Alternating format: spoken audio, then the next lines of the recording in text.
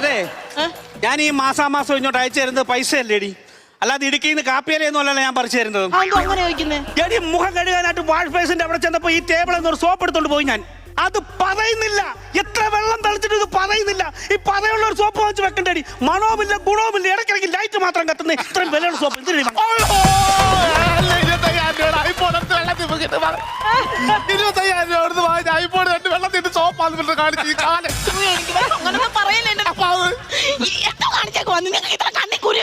ഈ മീശങ്ങനെ കൃത്യമായിട്ട് പഠിച്ചു വെക്കാൻ നിങ്ങൾക്ക് കണ്ണുണ്ടല്ലോ. സ്റ്റേഡിയത്തിന് പുല്ല് പറിക്കാൻ പോലും ഇത്ര കൃത്യതയില്ല. ഇത് പറിക്കുന്ന നിങ്ങൾക്ക് എന്തുകൊണ്ട് ആ സാധനം കണ്ടില്ല? 25,000 രൂപ ഞാൻ കുടുംബശ്രീയിൽ നിന്ന് ലോൺ എടുത്ത് നിങ്ങൾ തന്നെ ശമ്പളം കൊണ്ട് അടച്ചോണ്ടിരുന്നതാ. ഞാൻ എന്താ ചെയ്യും ഇനി? എത്ര രൂപ? എത്രയായിരുന്നു രമനെ? 25,000 രൂപ. 25,000 രൂപ. എടി ഞാനിവിടെ വളയം പിടിച്ച് എന്റെ നട്ടല് കുറുക്കിയിട്ടാണ് ഞാനിവിടെ പൈസ അയക്കുന്നത്. 25,000 രൂപ കൊടുത്തത് 25,000 കുണുവായേ. ഇത് എന്തുവാ ഇത് തുറന്നിട